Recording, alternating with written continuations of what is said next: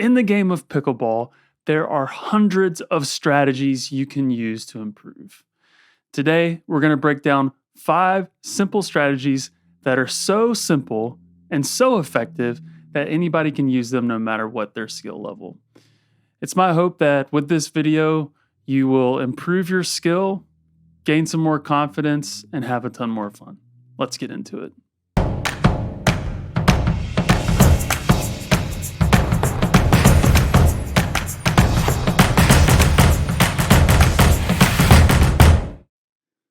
I'm super excited to dig into this episode, but before we do that, I want to give you a free gift. It's called the Top 10 Pickleball Mistakes to Avoid and How to Avoid Them. This is a really practical skills guide, and it even comes with an action plan for each skill. These are things that I've picked up either at tournaments, at clinics, or from other certified coaches. All you have to do is go to high5pickleball.com, sign up with your email, and it'll be sent straight to your inbox. All right, let's get into it. All right, number 1, the first super simple way to improve is hit the ball at your opponent's feet.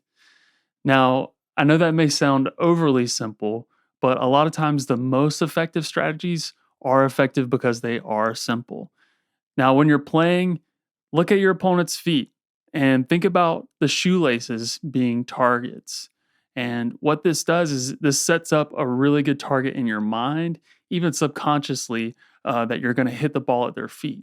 Because if you think about it, a lot of times it's tempting. You want to hit the ball at your opponent's body, but more advanced players are going to be able to return those body shots and even reset those shots.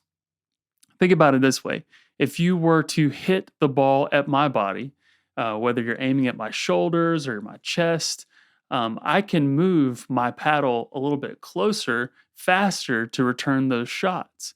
But if you hit it at my feet, I have to bend, I have to stretch, I'm thrown off balance maybe. And even if I do get my paddle on the ball, that's going to send the ball upward at an upward trajectory to where you can put the ball back away at me even, or further away to where I can't get it. Also, think about it like this.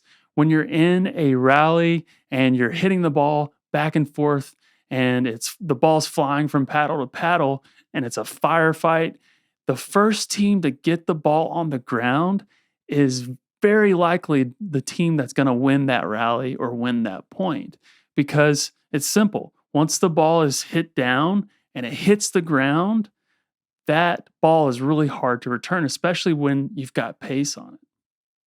All right, number 2, get to the kitchen. Now, this one is huge, and simply because the team that can control the net can control the game. And if you want to control the net, you have to be at the kitchen. You have to be at that kitchen line, and you have to control the game that's at the kitchen in the non-volley zone. When I first started playing, I treated pickleball a lot like mini tennis. I smashed the ball, I hit it as hard as I could. People even called me a banger. I didn't really know what that meant at the time, but it took me like 5 or 6 months to really figure out, okay, you have to hit these finesse shots to get closer to the net, because there's something magical about getting to the net and being able to dink and basically wait other people out and to put them out of position. Another reason why it's important to get to the kitchen is if you think about it just in the form of mechanics and angles, once you're at the kitchen line and you're looking at your opponent's side of the court, a lot more shots open up. And what I mean by that is if you're standing further back and they pop it up, it's a lot harder to put that shot away with pace on it to where they can return it. If you're at the kitchen line, you all of a sudden have so many more shots, places to hit it, and you can hit it with a lot more pace to where it's a lot harder to return. How do you get to the kitchen? That is a whole nother video in itself, but for the time being, you want to focus on third shot drops, which is really a long dink.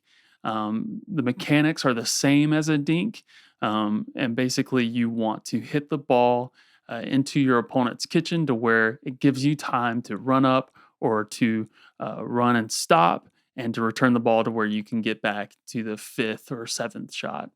Another quick tip on getting to the kitchen is to focus on your grip strength.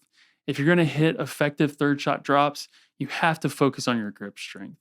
That being from 0 to 10 when you're serving, your grip strength is probably a 6 to a 9. And if you're hitting dinks, it's 2 to 4 grip strength. And if it's the same way for third shot drops or long dinks, you want it to be about 2 to 4. Now, if you find yourself just white knuckle death grip while you're playing, or maybe if your arm is tired and unnecessarily tired, focus on that grip strength and maybe look at your grip itself. That's a whole other video that we'll do later. But those are just a few tips on how to get to the kitchen, because the team that can control the net can control the game. All right, number 3. The third super simple way to improve is to plant your feet first and swing second. This is really effective anywhere on the court, but this is especially effective and important when you're trying to get to the kitchen. Like I just said, you're running to the kitchen, you want to get there quickly because you want to control the net. But if you don't plant your feet first and swing second, you risk running through the ball. And what I mean by that is you're running, you're in motion, you're in between steps, your opponent hits the ball at your feet or at you, and it's all of a sudden a lot harder to return that ball effectively if you're in motion, and you're more likely to pop the ball up, hit the ball into the net, hit the ball out, or basically miss it altogether. Now, one really effective technique for planting your feet first and swinging second is called the split step. You can break it down into 3 really simple steps. First, you want to jump, do a little hop, and split your feet about shoulder width apart. You want to be in an athletic stance where basically you're balanced, evenly balanced, and you have your weight maybe a little bit forward. The second step is you want to receive the ball, and you want to watch the ball come toward you and come all the way to your paddle. Third step, you want to hit the ball out in front of you and step with your non-dominant foot. That way you can receive that ball effectively and return it effectively. And if you plant your feet first, swing second, not only will you be able to hit more effective shots, but you'll get to the kitchen a lot safer. All right, number 4, hit unattackable shots. Emphasis on and unattackable. Now, when we're looking at unattackable shots, there are really 2 ingredients here that create an unattackable shot. Now, that is pace and placement. Whether you're hitting it with a lot of pace or a little pace, and you want to place the ball in an area that is really hard for your opponent to either reach or to hit back at you. A few examples of those are dinks that are out wide that force your opponent to move their feet, maybe a drive that is at maybe their dominant shoulder or dominant hip, because those are a lot of times you get jammed and you can't return those, or maybe even a lob that's over your opponent's head that they have to run and return. Now, if you're looking for ways to improve your game, really simple ways to improve, you can ask the question, when am I hitting attackable shots?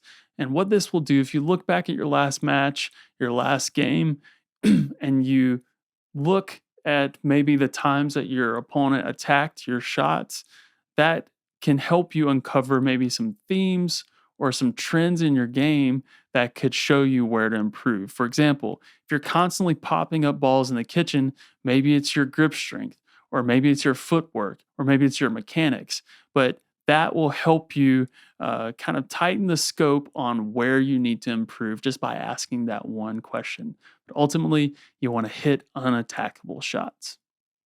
All right, coming in at number 5, you want to be patient.